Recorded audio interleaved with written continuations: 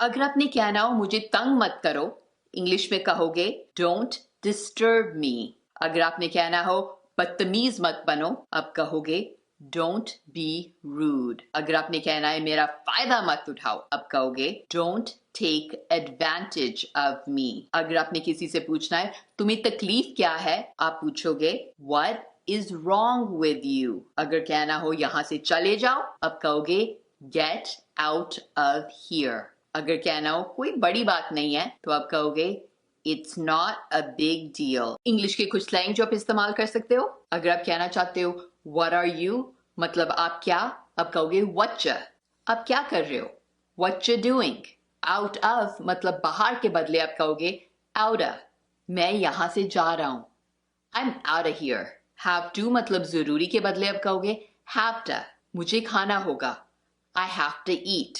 Lot of मतलब बहुत सारा के बदले आप इस्तेमाल कर सकते हो लॉट ऑफ। बहुत मजा आया, I had a lot of fun. Must have मतलब करा होगा के बदले आप मस्ट इस्तेमाल कर सकते हो, वो चली गई होगी, she must have gone. Used to मतलब करता था के बदले आप यूज्ड टू इस्तेमाल कर सकते हो, वो लिखती थी, शी यूज्ड टू राइट। अगर आप कहना चाहते हो शांत हो जाओ, तो calm down के बदले आप अपनी इंग्लिश इंप्रूव करने के लिए इनमें से एक सेंटेंस यूज कर सकते हो। chill out, ठंडे हो जाओ। relax, आराम करो। take it easy, आराम से। just let it go, जाने दो। give it a rest, छोड़ो। take a deep breath, लंबी सांस लो। slow down, थोड़ा धीरे। आज हम ये डेली यूज सेंटेंसेस सीखेंगे इंग्लिश में। अगर आप कहना चाहते हो होश में तो हो, आप इंग्लिश में कहोगे are you in your senses. अगर आप कहना चाहते हो मेरी नजरों से दूर हो जाओ, अब कहोगे get out of my site. अगर आप कहना चाहते हो आपको इससे क्या लेना देना, आप इंग्लिश में कहोगे what does this have to do with you. अगर आप कहना चाहते हो मैं तो मजाक कर रही थी, अब कहोगे आई वॉज जस्ट किडिंग। अगर आप कहना चाहते हो तुम बहुत चालाक हो, अब कहोगे यू आर एक्सट्रीमली कनिंग। और अगर आप पूछना चाहते हो क्या आपको लगता है ऐसा हो सकता है, अब कहोगे do you think it is possible. कुछ शब्द जो बहुत से लोग गलत कहते हैं, वेडनेसडे नहीं Wednesday, Wednesday.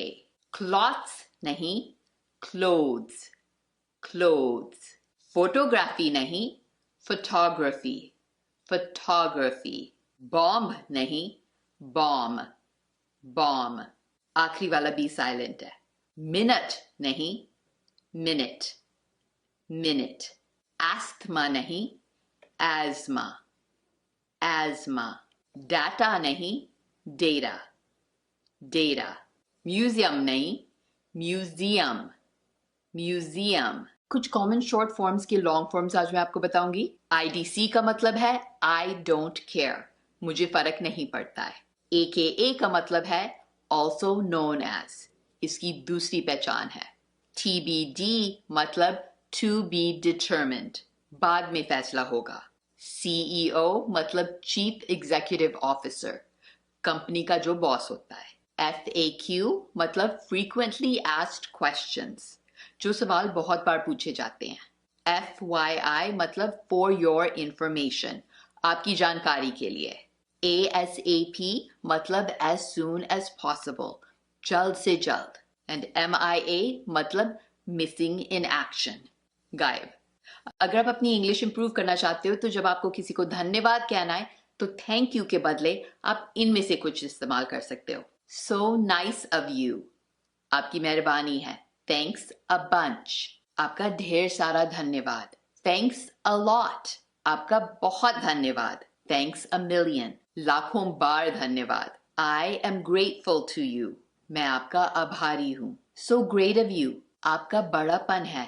Thanks for everything, हर चीज के लिए धन्यवाद। या thanks for your kindness, आपकी मेहरबानी के लिए धन्यवाद। अगर आप मुझसे नहीं होगा कहना चाहते हो, तो इंग्लिश में कहोगे I can't do it।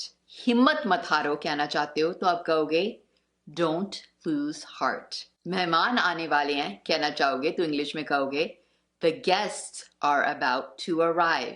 अगर आप कहना चाहते हो जाओ और कपड़े बदलाओ, आप इंग्लिश में कहोगे go and change your clothes. अगर आप कहना चाहते हो तुम्हारे बाल उलझे हुए हैं, इंग्लिश में आप कहोगे your hair is tangled. और अगर आप कहना चाहते हो बालों को कंघी कर लो, तो इंग्लिश में कहोगे comb your hair.